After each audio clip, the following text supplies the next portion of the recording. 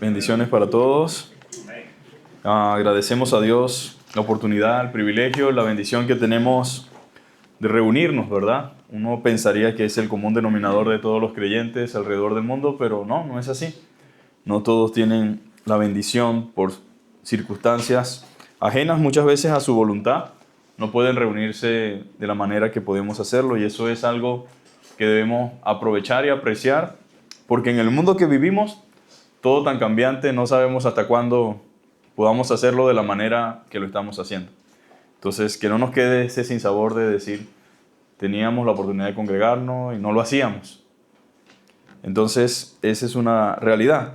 Estamos en la segunda carta a los Corintios. Ahí está el pastor dando la serie.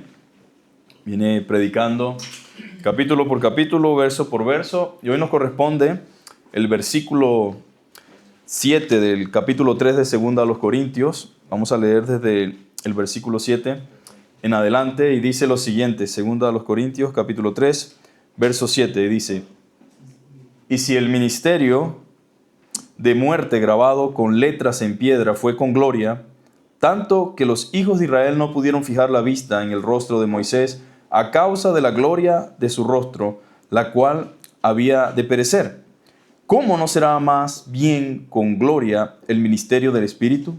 Porque si el ministerio de condenación fue con gloria, mucho más abundará en gloria el ministerio de justificación. Porque aún lo que fue glorioso no es glorioso en este respecto, en comparación con la gloria más eminente. Porque si lo que perece tuvo gloria, mucho más glorioso será lo que permanece. Así que, teniendo tal esperanza, usamos de mucha franqueza, y no como Moisés, que ponía un velo sobre su rostro para que los hijos de Israel no fijaran la vista en el fin de aquello que había de ser abolido.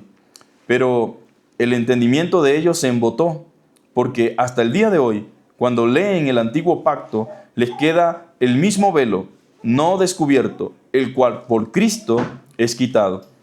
Y aún hasta el día de hoy, cuando se leen a Moisés, el velo está puesto sobre el corazón de ellos. Pero cuando se conviertan al Señor, el velo se quitará, porque el Señor es el Espíritu, y donde está el Espíritu del Señor, allí hay libertad. Por tanto, nosotros todos, mirando a cara descubierta, como en un espejo, la gloria del Señor, somos transformados de gloria en la misma imagen, como por el Espíritu del Señor. Padre, te damos gracias en esta hermosa noche, por este hermoso tiempo, por cada uno de nuestros hermanos que han podido llegar a este lugar. Gracias porque, Señor, hasta aquí tú nos has ayudado y sabemos, Padre amado, que es una bendición poder reunirnos para interceder, para clamar los unos por los otros y también para crecer y aprender en tu palabra. Gracias te damos, ayúdanos y permite que nuestro corazón y nuestra mente puedan comprender tu palabra, Señor, y ser edificados para gloria y honra de tu nombre. En Cristo Jesús, nuestro Señor y Salvador, te damos gracias. Amén. Un nuevo pacto, mis amados hermanos. Pablo tiene que recordarle a los corintios una verdad que ya él había venido enseñando, ya les había mostrado acerca de este nuevo pacto, pero encontramos que los falsos maestros siempre, escuche bien, han atacado constantemente el Evangelio. Los falsos maestros siempre han atacado constantemente el Evangelio mediante confusión. Así actúa el maligno, así actúa los falsos maestros. Tratan de usar una verdad distorsionada para generar ¿qué? Confusión. Ese es su trabajo, generar distorsión de la verdad. Y creo que Pablo fue un hombre muy sufrido, muy cargado por la iglesia, por la obra. Es una obra generalmente nueva, en crecimiento, en desarrollo, y las distancias y el continuo viajar de Pablo de un lugar a otro, los meses que le tocaba estar fuera, los años que tenía que estar en un lugar, no es como tenemos ahora el privilegio, ¿verdad? Por así decirlo, aunque sea por WhatsApp, una videollamada. Yo soy de los que pienso que el que no se comunica es porque no quiere.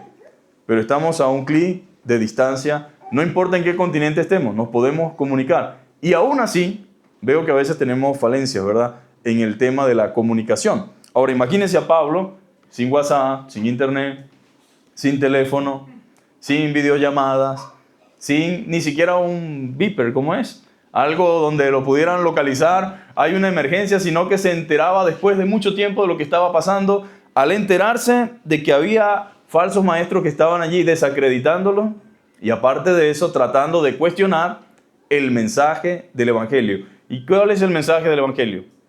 Que Cristo Jesús vino al mundo a salvar a los pecadores, de que la salvación es por gracia, por medio de la fe y es a través de Cristo.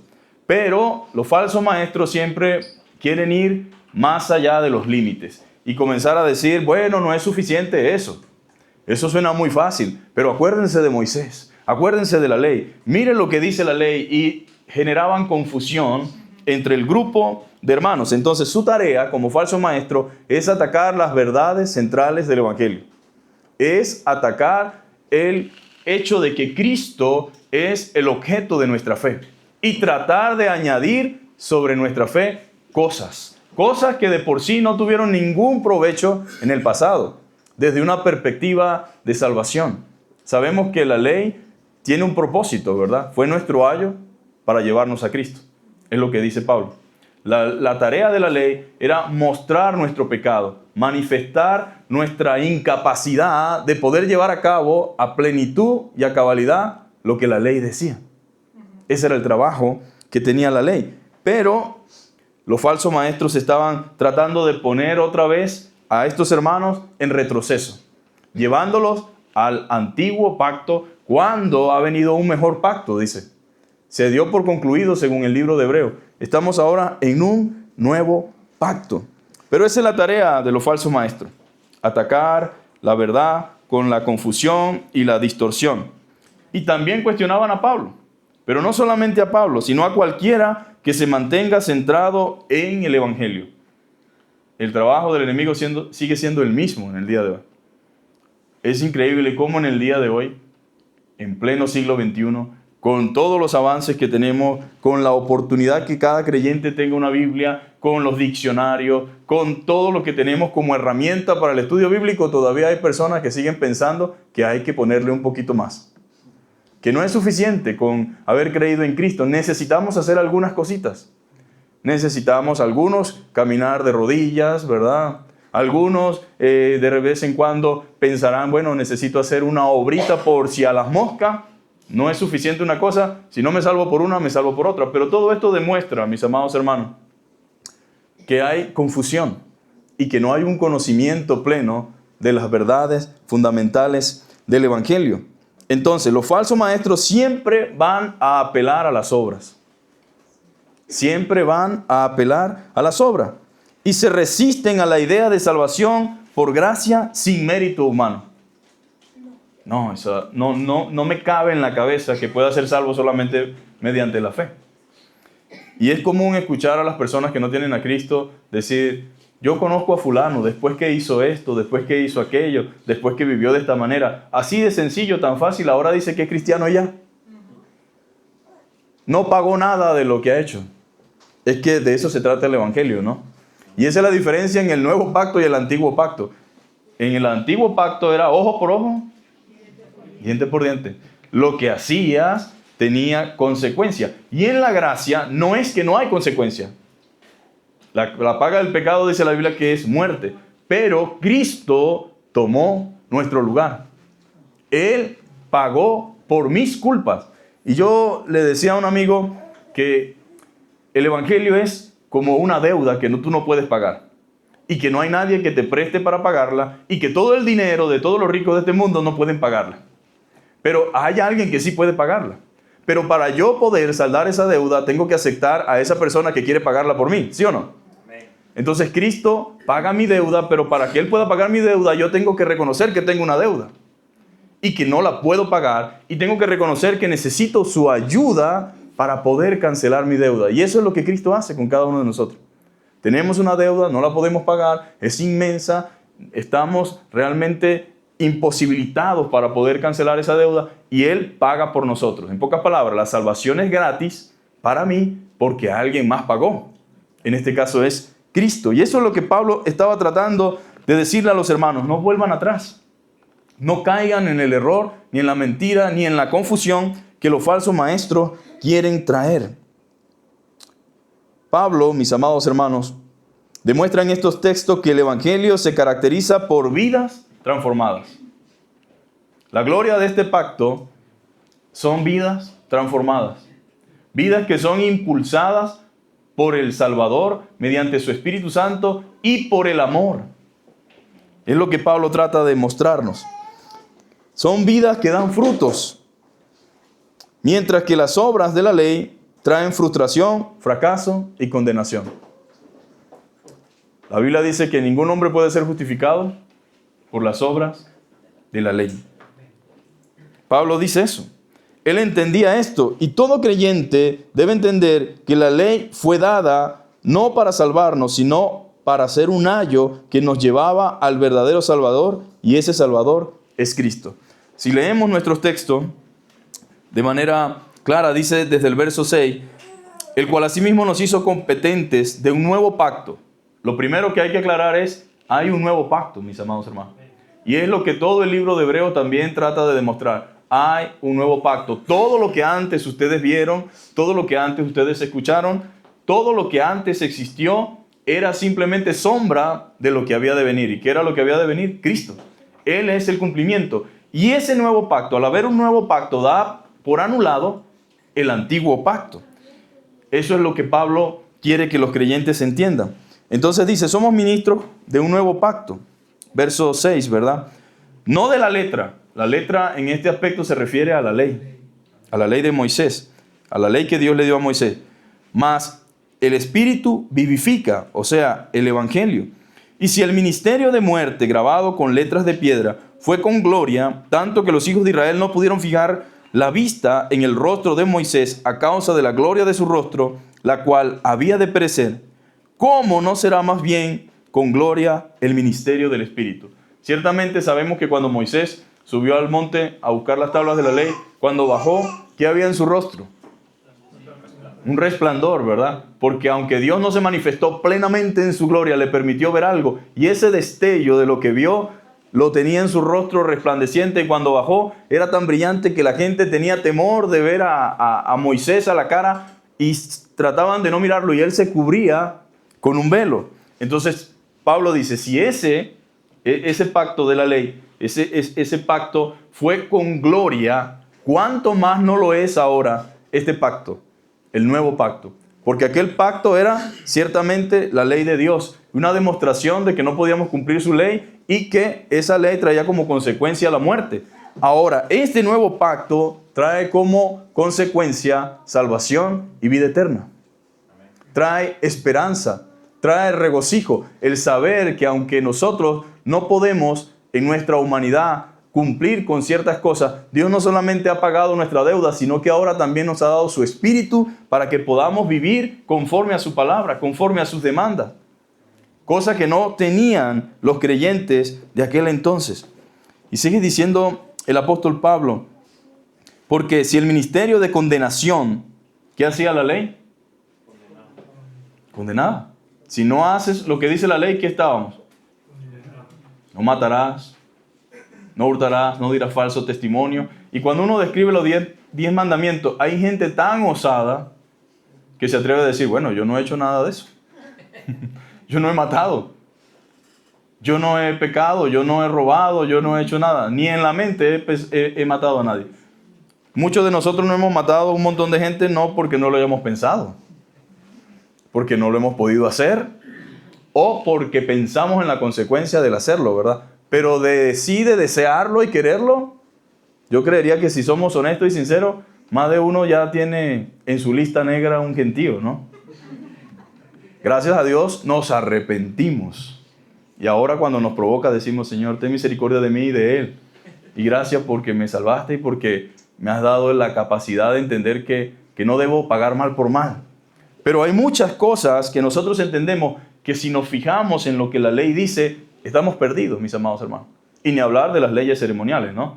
Estoy hablando nada más de los 10 mandamientos a los que Pablo está haciendo referencia. Entonces, todos hemos pecado de una u otra forma. Y Pablo quería que el pueblo entendiera. Y él dice, porque si lo que perece tuvo gloria, como haciendo referencia a que ese pacto tenía un tiempo determinado y que iba a venir el nuevo pacto, en este caso Cristo, Dice, mucho más glorioso será lo que permanece. Así que teniendo tal esperanza, usamos de mucha franqueza, y no como Moisés, que ponía un velo sobre su rostro para que los hijos de Israel no fijaran la vista en el fin de aquello que había de ser abolido. Ahora, en el tiempo de Moisés, los hijos de Israel no podían ver a Dios, no podían ver su gloria, no podían acercarse. Ahora en el nuevo pacto, todos nosotros tenemos acceso, amén, a Dios. El velo ha sido quitado y tenemos entrada. Podemos acercarnos al trono de la gracia. Ya no hay ningún velo que tenga que ponerse. Todos podemos mirar, mis amados hermanos, de cierta forma, la gloria del Señor. Ahora le vemos en formas, en manera, en destellos. No le hemos visto tal cual como es, pero le vamos a ver tal cual como es. Pero no hay temor, no hay miedo. La ley de la libertad nos ha hecho libres, mis amados hermanos, por medio de Cristo. Entonces, Pablo nos dice en el Antiguo Testamento, en Jeremías 31, vamos a leer Jeremías 31, y miren lo que dice acerca de la ley, Jeremías 31, versículos 31 al 34. Dice la palabra del Señor de la siguiente manera. 31 hasta el verso 34. Dice, he aquí que vienen días, dice Jehová, en los cuales haré un nuevo pacto con la casa de Israel y con la casa de Judá. No como el pacto que hice con sus padres, el día que tomé su mano para sacarlos de la tierra de Egipto, porque ellos invalidaron mi pacto, aunque fui yo un marido para ellos, dice Jehová. Pero este es el pacto que haré con la casa de Israel después de aquellos días, dice Jehová. Daré mi ley en su mente y la escribiré en su corazón. Y yo seré a ellos por Dios y ellos me serán por pueblo. Y no enseñará más ninguno a su prójimo, ni ninguno a su hermano, diciendo, conoce a Jehová, porque todos me conocerán, desde el más pequeño de ellos hasta el más grande, dice Jehová, porque perdonaré la maldad de ellos y no me acordaré más de su pecado. Amén. Entonces, ellos no entendieron el mensaje. Y de hecho, Pablo dice, hasta el día de hoy, ¿tienen sus ojos?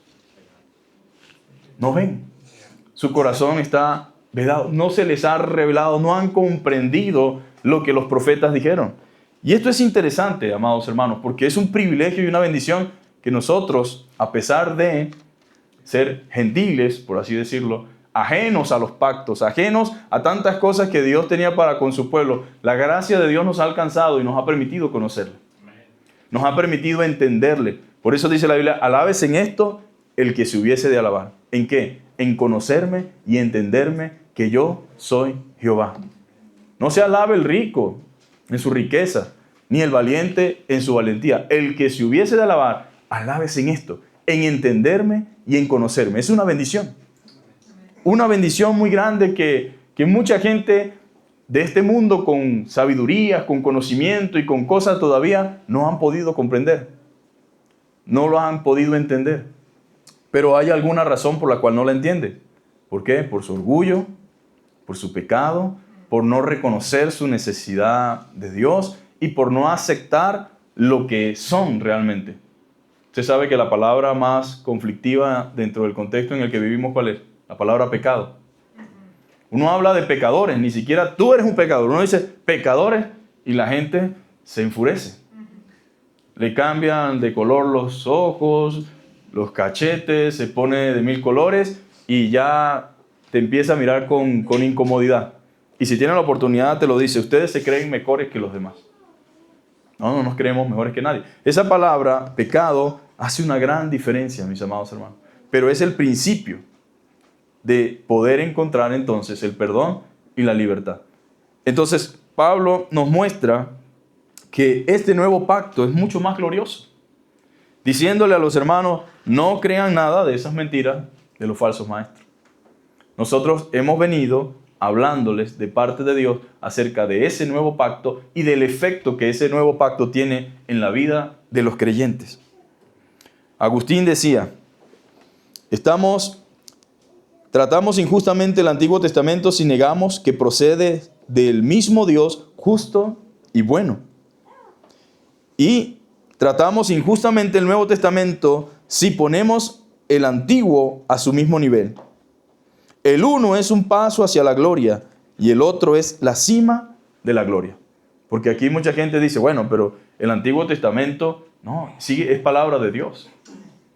El Antiguo Testamento forma parte de lo que Dios tiene que decirnos, enseñarnos, mostrarnos, pero no podemos verlo como que esto es una cosa y esto es otra. Lo que tenemos es que entender lo que el Antiguo Testamento mostraba, lo que apuntaba, hacia qué dirección. ¿Y qué dicen los profetas? Todos los profetas, de una u otra forma, apuntaban hacia Cristo. Él siempre mostró una dirección, un camino en el cual el pueblo tenía que mirar y dejarse guiar. Pero el pecado, la maldad, la rebelión, el orgullo, ¿qué hicieron de todo esto? Trajeron confusión. Se ensoberbecieron en su corazón y por lo tanto no lograron ver lo que Dios venía mostrando. Entonces, tanto el Antiguo Testamento como el Nuevo Testamento para los cristianos es muy importante y es una bendición. Pero tenemos que entender cada cosa según el plan de Dios, según el propósito de Dios. ¿La ley es mala? No, en ninguna manera, dice Pablo. La ley es buena si se usa legítimamente. No es en sí que la ley sea mala, porque por la ley podemos conocer el pecado. Nos podemos dar cuenta de la realidad y podemos entender nuestra necesidad. Fue nuestro ayo para llevarnos a Cristo, pero tenemos que reconocer que Cristo representa el nuevo pacto y su obra es suficiente para darnos salvación y vida eterna. Es lo que debemos hacer. La ley exigía, pero jamás se podía cumplir. Es la gran verdad. Mas el Evangelio de la gracia nos lleva de triunfo en triunfo por medio de Cristo. Es lo que enseña el Señor. Y ya para concluir, volvemos a nuestra carta de 2 de Corintios. Y de forma maravillosa, Pablo dice lo siguiente. Hasta el día de hoy, cuando se lee a Moisés, el velo está puesto sobre el corazón de ellos. ¿Qué significa esto? No entienden. Ellos leen a Moisés. Es más, ellos están a un punto, a veces, de tanto excesivo amor por Moisés, que se cae en la idolatría, pero no ven lo que realmente Moisés quería que vieran. Y dice Pablo, hasta el día de hoy, en su momento, y nosotros podemos decir hasta el día de hoy también, todavía cuando leen a Moisés, el velo está puesto sobre su corazón de ellos. Pero cuando se conviertan al Señor, el velo se quitará. Porque el Señor es el Espíritu, y donde está el Espíritu del Señor, ahí hay libertad. En pocas palabras, debemos orar por la vida de aquellos que sabemos que conocen la ley, porque la leen, pero que no han entendido. Señor, revélate y manifiéstate a sus vidas. Habla a sus corazones. Usa a aquellos que están predicando el Evangelio en ese lugar para que ellos también puedan conocer a Cristo. Porque ¿qué dice la palabra? Pero cuando se conviertan, ¿a quién? Al Señor. Al Señor que odian ahora, al Señor del cual ellos acusan de ser un farsante, al Señor que no ven como lo que es el príncipe de gloria, el príncipe de paz, el todopoderoso, el que era, el que es y el que ha de venir. Ellos en este momento no lo ven de esa forma. Lo ven con desprecio, pero cuando lo vean como es, entonces el velo se va a quitar. Ahora, si nos preguntáramos en esta hora, ¿cuántas personas tienen este velo? O incluso nosotros preguntarnos, ¿qué velo nos impide ver a Cristo como lo que es? Hay muchas cosas que nos impiden ver a Cristo como es, que acontecen en nuestra vida. Sí, sabemos que Él es el Rey, sabemos que Él es todopoderoso, pero hay un velo que nos impide ver la magnitud de la urgencia de lo que el Señor tal vez nos pide a cada uno de nosotros en particular. Y lo que Dios quiere es que nosotros podamos ceder, ¿verdad?, a su voluntad y a su propósito. Entonces, que Dios nos ayude a valorar este nuevo pacto, a caminar en ese nuevo pacto, a proclamar ese nuevo pacto y a no dejarnos intimidar por nadie que venga arrastrando o trayendo cosas que no tienen nada que ver con el nuevo pacto. Nosotros nos oponemos a la ley, No estamos en contra de lo que enseña el Antiguo Testamento, pero entendemos por la palabra de Dios que el nuevo pacto es el lugar donde el Señor quiere que estemos. Es allí donde Dios se manifestó, es allí donde Dios nos ha traído libertad y por lo cual ahora podemos decir que somos nuevas criaturas. El antiguo pacto era llamado el pacto de muerte, grabado en piedra. Había consecuencias por violar la ley y tenía como meta revelar el pecado. Ahora, en el nuevo pacto, Cristo nos perdona, nos salva y nos hace libres. Porque donde está el Espíritu de Dios, hay libertad. Y somos transformados, mis amados hermanos. Por tanto, nosotros todos, mirando a cara descubierta como en un espejo la gloria del Señor, somos transformados de gloria en gloria, en la misma imagen como por el Espíritu del Señor. ¿Cómo somos transformados?